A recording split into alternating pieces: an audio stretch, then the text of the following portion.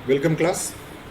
तो हम उत्सर्जन तंत्र के बारे में बात कर रहे थे और उसमें हमने स्तनी के उत्सर्जन तंत्र के बारे में एक आउटलाइन स्ट्रक्चर जो है कशेरुकों का उत्सर्जन तंत्र किस प्रकार का होता है इसके बारे में लास्ट क्लास में हमने चर्चा की थी, जिसमें मैंने आपको प्रोनेफ्रॉस, मेसोनेफ्रॉस और मेटोनेफ्रॉस प्रकार की किडनी जो है वो बताई थी। अब हम अगर वर्टिब्रेट स्ट्रक्चर की बात करें किडनी की, तो इसमें हम यहाँ पर किडनी का टोटल ओवरऑल स्ट्रक्चर, एनाटमी और फंक्शन की बात हम यहाँ पर करेंगे इसमें कि इसकी किस प्रकार से इसका स्ट्रक्चर जो है वो होता है। मैं आपको हिंदी में भी बताने की कोशिश जो है वो इसके ऊपर करूँगा, क्योंकि मेरे पास मैसेज आते हैं स्टूडेंट्स के कि आप या तो इंग्लिश में बताते हैं या हिंदी में बताते हैं, तो कोशिश करेंगे हम इसको कि इस बार हिंदी और इंग्लिश दोनों में ही हम इसको कंप्लीट करें। वैसे जनरली मैं हिंदी में भी इसको एक्सप्लेन करता हूँ, है ना। तो किडनी का अगर ग्रॉस स्ट्रक्चर देखें अगर हम यहाँ पर, तो मैंने आपको पिछली बार भी बताया था कि ये बीन शेप्ड होते हैं और साइज जो है इनकी वो 11 सेंटीमीटर लंबी होती है, 6 सेंटीमीटर वाइड होते हैं और 3 सेंटीमीटर थिक होते हैं, या इसको हम 11x6x3 सेंटीमीटर भी कह सकते हैं। और इनका वेट जो है वो लगभग 150 ग्राम जो है वो होता है और ये एडिपोज टिश्यू के अंदर एम्बेडेड होते हैं और अपनी पोजीशन को इसकी सहायता से ये हेल्ड करके और रखते हैं। प्रत्येक किडनी जो है वो एक फाइब्रस कनेक्टिव टिश्यू से घिरी हुई होती है। इसका स्ट्रक्चर भी मैं आपको बताऊंगा अभी। ये देखिए आप यहाँ पर ये वाला स्ट्रक्चर जिसकी हम बात कर रहे हैं कि बीन शेप्ड होता है, हमने क्या किया यहाँ पर इसका एक सेक्शन जो है वो काट लिया है और उसी की बात हम यहाँ पर कर रहे हैं। तो ये काम क्या करता है, कैप्सूल जो है एक फाइब्रस कनेक्टिव टिश्यू योजी ऊतक जो है वो होता है, जिससे कि रीनल कैप्सूल जो है वो बना होता है, जो कि इसके प्रोटेक्शन का काम करता है। यानी इसको ये इन्फेक्शन से भी बचाता है किडनी को, और जो अगर कोई बाहरी आघात जो लगता है, चोट जो लगती है, उससे इसको बचाने का काम करता है। और इस कैप्सूल के चारों ओर एक फैट की लेयर जो होती है, एडिपोज टिश्यू की लेयर होती है, जिसको मैं अभी बता रहा था मैं आपको यहाँ पर, और वो लेयर जो है वो वापस एक फाइब्रस मेम्ब्रेन से कवर्ड होती है, जिसको कि हम रीनल फेसिया कहते हैं। रीनल फेसिया इसको कहा जाता है, ठीक है। बीन शेप होता है इनका, ये बताया था मैंने आपको यहाँ पर। और मैंने आपको ये भी बताया था कि इसकी बाहरी सतह जो है वो उत्तल होती है और भीतरी सतह जो है वो अवतल होती है। ये पिछले चैप्टर में मैं आपको बता चुका हूँ, लेकिन टाइम हो गया तो हम उसको थोड़ा सा रिवाइज वापस कर लेते हैं। अब इसकी लोकेशन देखें हम कि ये कहाँ पाई जाती है। तो ये जो हमारी पोस्टीरियर एब्डोमिनल वॉल जो होती है, वहाँ पर वर्टिब्रल कॉलम में के दोनों ओर एक एक किडनी जो है वो लगी हुई रहती है, behind the peritoneum and below the diaphragm. Peritoneum के पीछे और डायफ्राम के नीचे किडनी के दोनों ओर ये इनकी पोजीशन जो है वो लोकेशन होती है। और पोजीशन की अगर हम बात करें तो ये आपका थोरेसिक 12 से L3 जो वर्टिब्रा के टर्म में अगर हम बात करें, थर्ड ईयर में आप पढ़ेंगे इसके बारे में डिटेल से, जो आपका वर्टिब्रल कॉलम की का जो स्ट्रक्चर है उसके बारे में, कोऑर्डिनेट का जो एक चैप्टर है आपका फर्स्ट पेपर में, वहाँ पर हम इसके बारे में बात करेंगे। लेकिन आप ध्यान रखिए यहाँ पर ये थोरेसिक 12 और लंबर 3 वर्टिब्रा जहाँ पर होती है वहाँ पर इसकी पोजीशन होती है, ठीक है। The right kidney is usually slightly lower than the left, ये मैंने आपको बताया था यहाँ पर। और क्यों होती है ये राइट किडनी जो है वो नीचे की ओर क्यों होती है, क्योंकि उधर का जो स्पेस है वो लीवर जो है वो आता है और उसके कारण से वो थोड़ा नीचे की ओर आ जाती है। ओके, अब हम इसकी हिस्टोलॉजी और एनाटॉमी की अगर हम बात करें तो एक लॉन्जिट्यूडिनल सेक्शन जो है वो बताया हुआ है यहाँ पर कि सबसे बाहर जो है वो कैप्सूल होता है। ये देखिए इसमें ये सबसे बाहर एक कैप्सूल का आवरण जो है, मैंने आपको कहा था कि फाइब्रस कनेक्टिव टिश्यू का बना हुआ आवरण जो है ये होता है, ये एक सबसे बाहर वाला भाग है। उसके बाद अगर मोटे रूप में हम बात करें तो किडनी की जो आंतरिक भाग है उसको हम दो भागों में डिवाइड कर सकते हैं। बाहरी वाला भाग कॉर्टेक्स कहलाता है और अंदर वाला भाग जो है वो मेडुला कहलाता है। और इसमें आप ये देख रहे होंगे, जैसे कॉर्टेक्स है ये रेडिश ब्राउन कलर का होता है और immediately below the capsule and outside the renal it consist of renal corpuscles and convoluted tubule. इसके अंदर क्या चीज़ें होती है, रीनल कार्पसल्स होते हैं और कन्वोल्यूटेड ट्यूब्यूल्स जो है सम्मिलित नलिकाएं जिनको हम कहते हैं वो इसके अंदर पाई जाती है। रीनल कार्पसल्स कहते हैं मेल्बिजियन बॉडीज को। ये क्या होते हैं, इनके बारे में हम बाद में जब नेफ्रॉन का स्ट्रक्चर पढ़ेंगे तब वहाँ पर डिटेल में आपसे इसके बारे में हम वहाँ पर बात करेंगे। अब मेडुला की बात करें अगर हम यहाँ पर, जो कि आंतरिक भाग है, ठीक है, इनर मोस्ट लेयर है। ये कॉनिकल एरियाज जो हैं वो आते हैं इसके अंदर, जो कि रीनल पिरामिड जो होते हैं, जो कि रीनल कॉलम्स के द्वारा सेपरेटेड होते हैं। अब यहाँ पर 2-3 चीज़ें हैं जिनके बारे में क्वेश्चन पूछा जाता है, तो आप ध्यान रखिए इस चीज़ को कि कॉर्टेक्स का भाग और एक आंतरिक भाग मेडुला होता है। कॉर्टेक्स और मेडुला में अनेक उभार जो है वो निकले हुए रहते हैं, जो एक दूसरे में धंसे हुए हमें यहाँ पर नजर आ रहे हैं। जैसे ये वाला भाग है, ये वाला भाग कॉर्टेक्स का इसके अंदर निकला हुआ है, ये वाला भाग मेडुला का है जो कि कॉर्टेक्स के अंदर गया हुआ है। आप इसको इस तरह से समझिए कि ये इस तरह से, जैसे मान लीजिए कि ये कॉर्टेक्स है और ये मेडुला है, तो ये इस तरह से इंटरडिजिटेशन टाइप से अंगुलीनुमा उभार जो है वो एक दूसरे के अंदर धंसे हुए रहते हैं। ठीक है, the apex of each pyramid is called a renal papilla. उसको रीनल पेपिला जो है वो कहा जाता है। And each papilla project into A small depression called a minor calyx.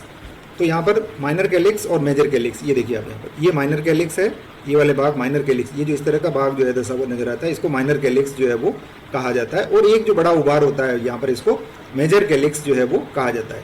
तो ये ऐसे कई सारे माइनर कैलिक्स जुड़ करके एक मेजर कैलिक्स जो है वो संरचना बनाता है।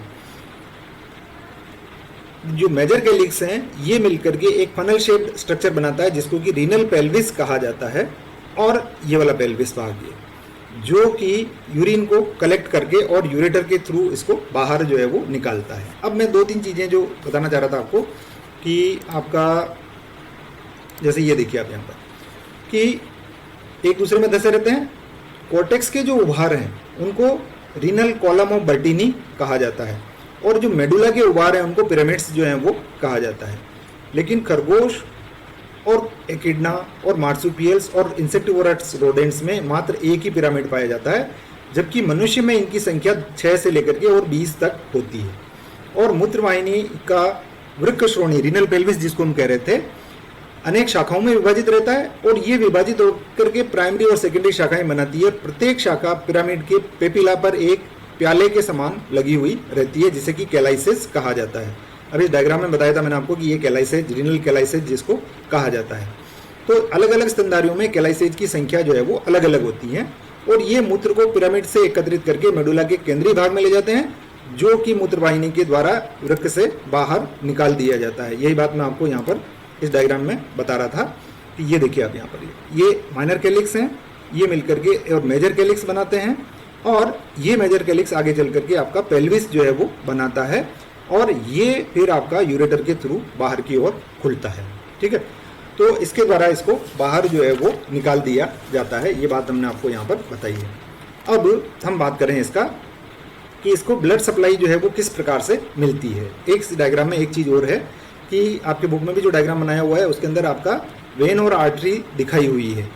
तो रीनल आर्टरी जो है वो किडनी के अंदर आती है हाइलस के थ्रू, और ब्रांचेज हो जाती है उसकी, और इसको इंटरलोबुलर आर्टरी या आर्क्यूरेट आर्टरी जो है वो कहा जाता है, या इंटरलोबुलर आर्टरी जिनको कहा जाता है।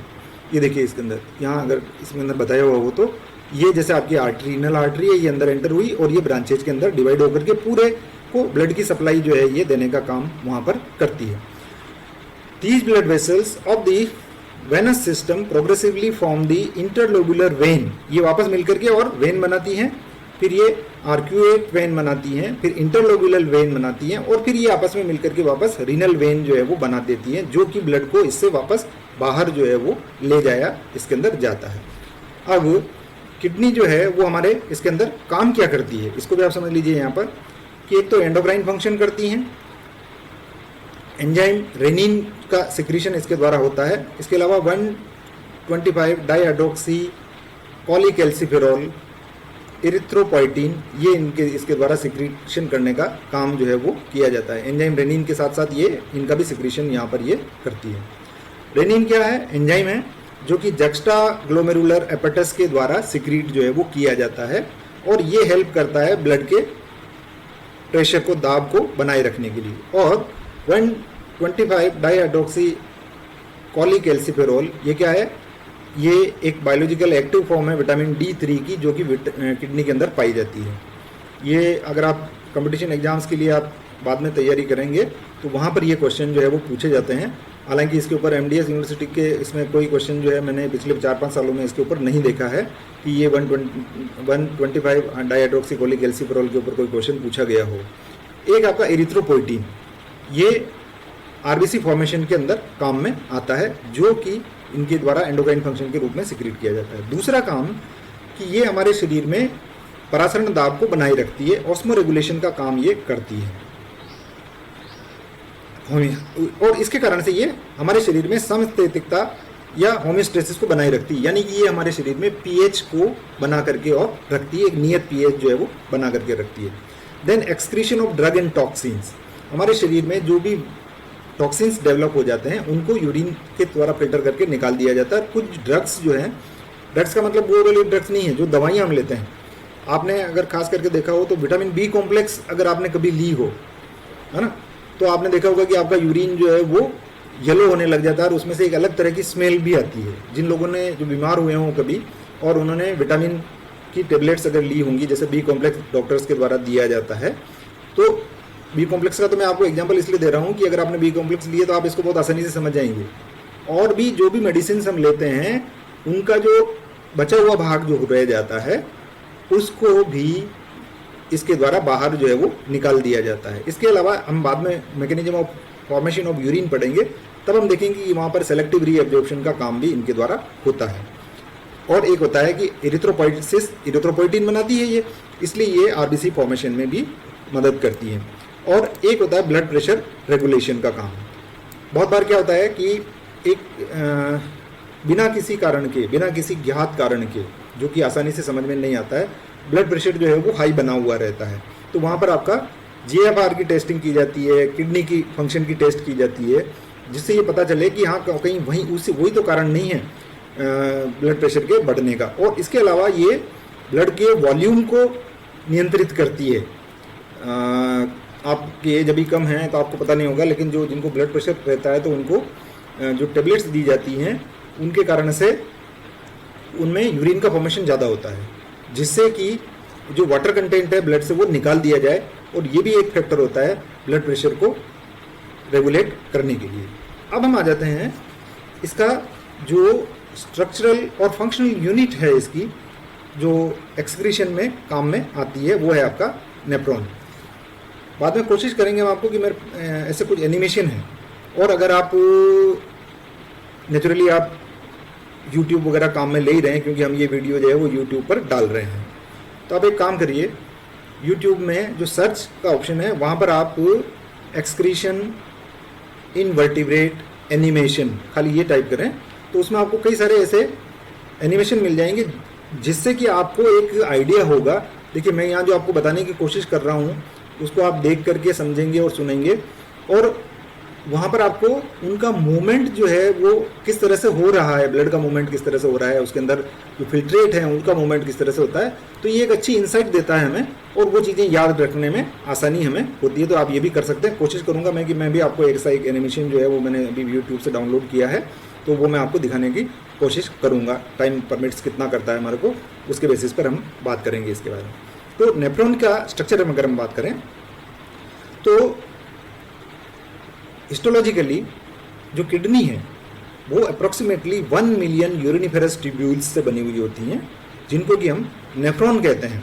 और यहाँ पर 1 नंबर का क्वेश्चन पूछा जाता है आपसे, what is the structure and function unit of kidney. So nephron और uriniferous tubule is the structural and functional unit of the kidney. तो वृक्क नलिका या नेफ्रॉन के बारे में हम बात करें, इसको ये आपका एक नेफ्रॉन को ये बता रहा है। तो हमने आपको ये बताया था कि जो मैमल्स हैं उनमें किडनी जो है वो मेटानेफ्रॉस टाइप का होता है, और ये कई छोटी छोटी इकाइयों से मिलकर के बना हुआ होता है, जिनको कि हम स्ट्रक्चरल और फंक्शनल यूनिट कहते हैं, जिसको कि हम वृक्क नलिका या यूरिनिफेरस ट्यूब्यूल्स का है हमने इसको, या नेफ्रॉन का है। तीनों का एक ही स्ट्रक्चर से मतलब है हमारा। और मनुष्य के वृक्क में अगर हम बात करें तो लगभग 2 लाख हमारे अंदर वृक्क नलिकाएं जो हैं वो पाई जाती हैं, और प्रत्येक नलिका की लंबाई जो है वो 35 से 50 मिलीमीटर के बराबर ये होती है। और प्रत्येक जो नेफ्रॉन है आपका, ये मूत्र के निर्माण में पूर्ण रूप से सक्षम जो है वो होती है। देखिए मैं आपको अगर मेरे पास है तो मैं आपको हिंदी में बताने की कोशिश करता हूँ। ये वृक्क नलिका या नेफ्रॉन है। तो सामान्यतः नेफ्रॉन जो है वो दो प्रकार के होते हैं। एक को हम कहते हैं वल्कुट या सुपरफिशियल इनको कहा जाता है, और ये लगभग 15 से 35% तक होते हैं टोटल के 2 लाख से। और जो वल्कुट वाला भाग ध्यान आ रहा है ना आपको, जो कि किडनी में स्ट्रक्चर में बाहर की ओर पाया जाता है, उनमें हेनले लूप जो है वो छोटे होते हैं। और दूसरा जो है वो आपका जक्स्टा मेडुलरी जो है ये 65 to 85% तक पाए जाते हैं। और इन नेफ्रॉन में बॉमन संपुट कॉर्टेक्स और मेडुला के संगम स्थल पर पाए जाते हैं, जहाँ कॉर्टेक्स और मेडुला जो है वो मिलते हैं। और इनके हेनले लूप जो है वो ज़्यादा बड़े होते हैं और मेडुला के अंदर ये धंसे हुए होते हैं।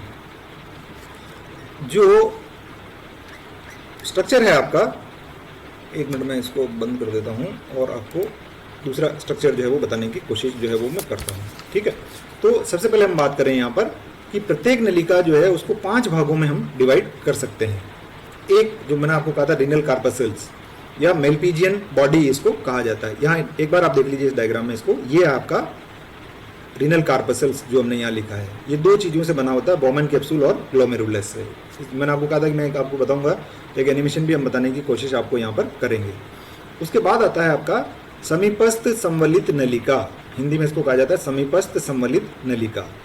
ये प्रॉक्सिमल कन्वोल्यूटेड ट्यूब्यूल है, ठीक है।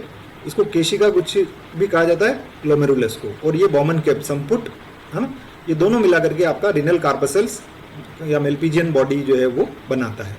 दूसरा भाग हो गया इसका ये वाला भाग यहाँ तक का, इसको समीपस्थ संवलित नलिका कहा जाता है। तीसरा भाग आएगा आपका लूप ऑफ हेनले, जो यू की आकृति का है ये, जिसके बारे में हम बात कर रहे थे कि लूप ऑफ हेनले जो है वो जक्स्टाग्लोमेरुलर जो होते हैं उनमें बड़े पाए जाते हैं, जबकि जो कॉर्टिकल होते हैं उनके अंदर छोटे होते हैं, और ये डीप मेडुला के अंदर धंसे हुए होते हैं। इसमें जो लूप है, इसमें आप देख रहे होंगे कि जब इसके अंदर फिल्टर आता है तो ये पहले इस डायरेक्शन में जाता है और फिर इस डायरेक्शन में जाता है।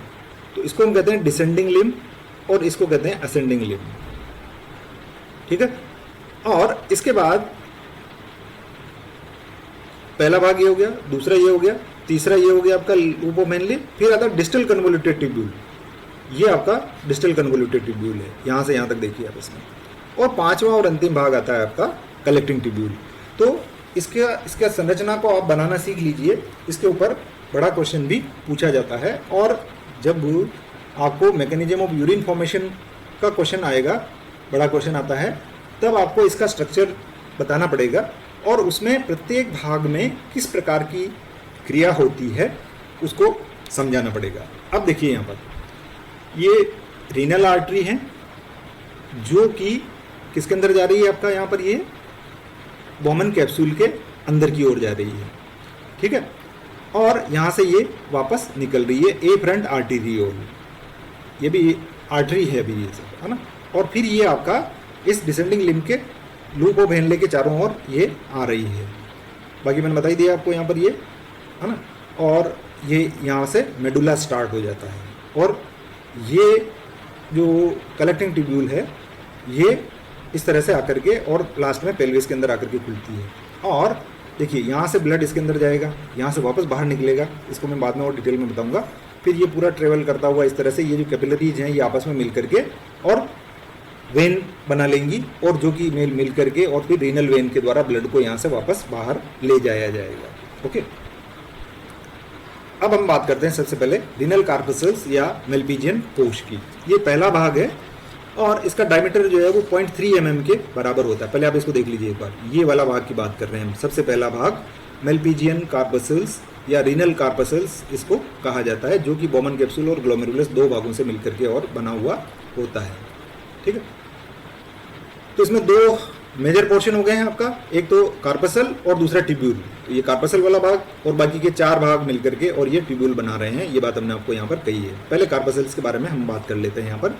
तो ये प्रथम भाग बनाती है, डायमीटर इसका 3.3 mm होता है और ये एक प्यालेनुमा संरचना होती है। वापस देखिए आप इसको, एक प्याले के समान संरचना ये होती है और इसको हम बॉमन कैप्सूल जो है वो कहते हैं। ये बाहर वाला भाग बॉमन कैप्सूल कहलाता है। अब इसकी जो अंदर वाली लाइनिंग है ये स्क्वामस एपिथेलियल सेल्स यानी जो शल की उपकला कोशिकाएं होती हैं उनके द्वारा रेखित होती है। और वृक्क धमनी जो है वो अंदर प्रवेश करके छोटी छोटी जो शाखाएं बना लेती हैं, जिनको कि हम क्या करें अब यहाँ पर एफ्रंट आर्टेरियोल या इनको कहते हैं अभिवाही धमनिकाएं, जो कि रक्त को अंदर की ओर ले जा रही है। किसके अंदर ले जा रही है? बॉमन कैप्सूल के अंदर। ओके, अब ये अंदर जा करके और छोटी छोटी शाखाओं के अंदर बंट जाती है, और ये जब मिलकर के और वापस बाहर निकलती है तो इसको ई फ्रंट आर्टेरियोल कहा जाता है। ई फ्रंट आर्टेरियोल, या इसको हिंदी में हम कहेंगे अभिवाही धमनिका, अपवाही धमनिका इसको कहा जाएगा। ए फ्रंट जो है, वापस देख लीजिए, आप हिंदी में थोड़ा सा कंफ्यूजन हो जाता है। ए फ्रंट आर्टेरियोल ये अभिवाही जो कि अंदर की ओर ले जा रही है, और बाहर की ओर ले जाने वाली अपवाही। अपवाही का मतलब होता है दूर ले जाने वाली, अभिवाही का मतलब टुवर्ड्स। तो ये इसको अंदर की ओर ले जा रही है और ये बाहर की ओर ले जा रही है। तो इनकी संख्या एक बॉमन कैप्सूल में 35 to 50 होती है। तो इस प्रकार से एक कशेर क्या कहते हैं कैपिलरीज का एक जाल जो है वो अंदर की ओर बन जाता है, और इसको हम केशिका गुच्छ कहा जाता है। केशिकाएं कैपिलरीज का एक गुच्छा जो है वो यहाँ पर बन गया है। एक बहुत इंपॉर्टेंट चीज जो कि जब इसका फंक्शन पढ़ेंगे हम तब आप ध्यान रखना कि जो एफ्रंट आर्टेरियोल जो अंदर की ओर जा रहा है, इसका डायमीटर व्यास जो है वो ई फ्रंट आर्टेरियोल के डायमीटर से ज़्यादा होता है। अभी मैं आपको केवल इसके ऊपर कंसंट्रेट करने के लिए कह रहा हूँ, मैं बाद में पूछूंगा आपसे इसके बारे में, ठीक है। अभी आप केवल ये चीज़ यहाँ पर ध्यान में रखें। तो ये जो मेलपीजियन कार्पसल्स है या मेलपीजियन कोश जो कहला रहा है, ये किन चीज़ों से मिलकर बना है? एक ग्लोमेरुलस और दूसरा बॉमन कैप्सूल, बॉमन संपुट और केशिका गुच्छ, इन दोनों से मिलकर के और ये बना हुआ होता है। अब यहाँ पर फिल्ट्रेशन का काम होता है। ब्लड जो है वो किडनी के अंदर लाया जा रहा है। एफ्रंट आर्टेरियोल जो रीनल आर्टरी जो है लेकर के आ रही है, शाखाओं में बट रही है, और वो हर एक उसके अंदर जा रही है इसमें बॉमन कैप्सूल के अंदर, और ग्लोमेरुलस का निर्माण कर रही है। यहाँ पर दाब की वजह से फिल्ट्रेशन जो है वो होता है। इसके बारे में हम बाद में बात करेंगे। अब आ जाइए आप दूसरे भाग के ऊपर, वो है आपका रीनल ट्यूब्यूल। रीनल ट्यूब्यूल जो है Bowman capsule, renal tubule continues from Bowman capsule and consist of following parts. Renal tubule जो है वो जब इससे बाहर निकलती है, मैंने कहा था 5 भाग होते हैं। पहला भाग आपका ये बॉमन कैप्सूल हो गया, फिर ध्यान रखिए आप इसको शॉर्ट में PCT, loop of Henley LH, फिर डीसीटी और सीटी कलेक्टिंग ट्यूब्यूल। इसको हम याद रखने के लिए इस तरह से बना सकते हैं कि PCT LH, LH is loop of Henle, then DCT and CT collecting tubule. Okay, तो ये मिलाकर के हमने कहा था कि ये आपका रीनल ट्यूब्यूल जो है वो होती है। इसके बारे में हम बात कर रहे हैं अब यहाँ पर। तो रीनल ट्यूब्यूल जो है वो सबसे पहला भाग क्या आएगा इसका? प्रॉक्सिमल कन्वोल्यूटेड ट्यूब्यूल या समीपस्थ संवलित नलिका या समीपस्थ कुंडलित भाग भी इसको कहा जाता है। ये प्रॉक्सिमल पार्ट है, और ये बॉमन कैप्सूल के जस्ट आगे वाला भाग जो है वो कहलाता है। ये इसकी इंटरनल लाइनिंग की अगर हम बात करें तो वहाँ पर माइक्रोविलाई जो हैं वो पाए जाते हैं, और आप जानते हैं माइक्रोविलाई क्या करेंगे? डाइजेशन में बताया था मैंने आपको कि सरफेस एरिया को बढ़ाते हैं, और जब सरफेस एरिया बढ़ता है तो अवशोषण के लिए सतह बढ़ती है। तो maximum reabsorption of water, glucose and amino acid and electrolytes, किन किन चीज़ों का अवशोषण होगा यहाँ से? पानी का, ग्लूकोज का, अमीनो अम्लों का और इलेक्ट्रोलाइट्स विद्युत अपघट्य पदार्थों का यहाँ से अवशोषण हो जाता है। ठीक है। अब इसकी लंबाई जो है वो लगभग 15 मिलीमीटर के आसपास होती है। डायमीटर जो है वो इसका 0.05 मिलीमीटर या 50 माइक्रोन कह सकते हैं हम उसको, वो होता है। किसकी बात कर रहे हैं हम यहाँ पर? प्रॉक्सिमल कन्वोल्यूटेड ट्यूब्यूल या पीसीटी के बारे में। ओके, अब दूसरे भाग पर आप आ जाते हैं, लूप ऑफ हेनले। एक बार इसको भी देख लीजिए आप वापस। ये लूप ऑफ हेनले है जिसमें एक डिसेंडिंग लिम्ब है और एक असेंडिंग लिम्ब है। Okay, loop of Henley U shape की भाग है इसका, और ये असेंडिंग और डिसेंडिंग लिम्ब से बना हुआ होता है और ये मेडुला के अंदर पाया जाता है। मैंने आपको पहले बताया था कि ये मेडुला के अंदर धंसा हुआ होता है। जो डिसेंडिंग लिम्ब है उसको अवरोही भुजा यानी नीचे की ओर आने वाली, और असेंडिंग लिम्ब को आरोही भुजा इसको कहा जाता है। ये दोनों एक दूसरे के पैरेलल होती हैं। वापस देखिए आप इसको, डिसेंडिंग आरोही, अवरोही असेंडिंग, और एक दूसरे के पैरेलल ये होती है। पैरेलल समझते हैं ना, एक दूसरे के सामने समांतर, समानांतर ये कहलाती है। ओके, अब आ जाइए आप यहां पर लूपोवाइनले के ऊपर। असेंडिंग लिम्ब थिक वॉल्ड होती हैं और जल के लिए इम्परमिएबल होती है। इसके बारे में भी हम बाद में बात करेंगे।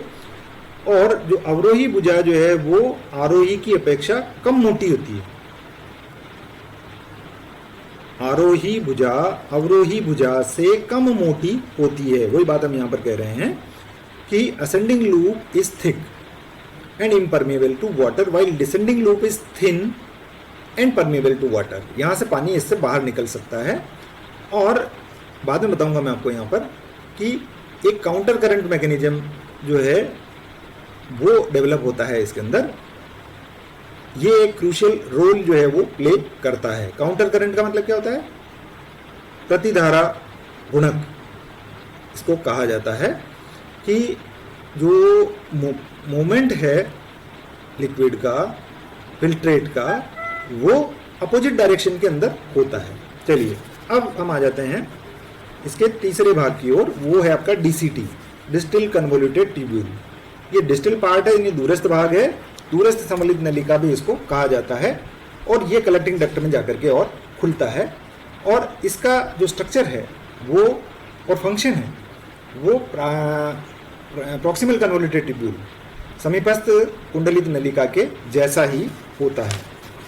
ये बात कर रहे थे हम यहाँ पर डीसीटी के बारे में। और इसके अंदर एक चीज़ ध्यान रखिए कि यहाँ पर घनाकार कोशिकाओं से ये रेखित होता है, लेकिन यहाँ पर माइक्रोविलाई का अभाव होता है। एक चीज़ आपको नोट करने की कि यहाँ माइक्रोविलाई का अभाव जो है वो होता है। और जो ग्लोमेरुलर फिल्ट्रेट में जो उत्सर्जी पदार्थ आ जाते हैं उनके सिक्रीशन का कार्य ये यहाँ पर करता है। देखिए वो तो अवशोषण का काम कर रहा था डीसीटी वाला, और ये उत्सर्जन का काम वहाँ पर उसके अंदर कर रहा है। ये बेसिक डिफरेंस है, क्योंकि वहाँ अवशोषण कर रहा था इसलिए माइक्रोविलाई ज़्यादा चाहिए।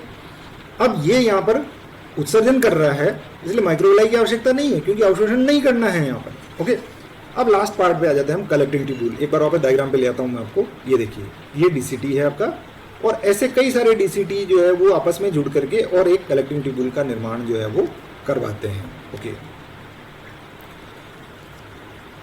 It is not a part of nephron, rather it is part of kidney.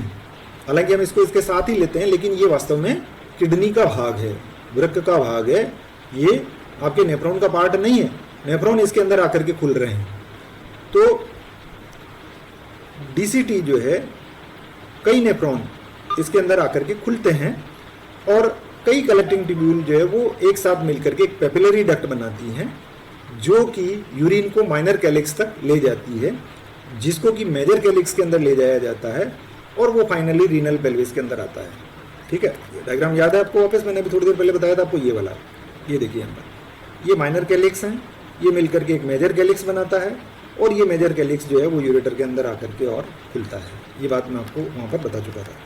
और ये मैंने आपको बता दिया है कि नेफ्रॉन जो है वो पोजीशन के आधार पर दो प्रकार के होते हैं, कॉर्टिकल और जुक्स्टाग्लोमेरुलर। तो जो 80% जो है वो कॉर्टिकल होते हैं, शॉर्ट होते हैं और विद इन द कॉर्टेक्स होते हैं, जबकि जक्स्टा मेडुलरी जो हैं वो बाउंड्री के ऊपर होते हैं, और लूप जो हैं वो बड़े होते हैं जो कि मेडुला के अंदर तक चले जाते हैं। अब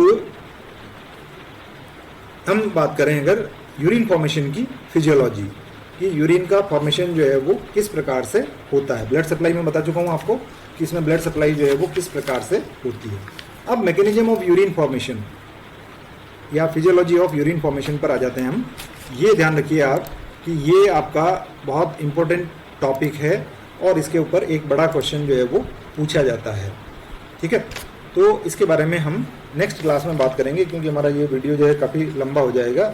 लंबा इन टर्म्स ऑफ आप जानते हैं कि अपलोड करने में दिक्कत आती है, तो टाइम तो ज़्यादा नहीं हुआ होगा, लेकिन ये स्ट्रक्चर आपका पूरा आज जो है वो हो गया है। Okay, thank you.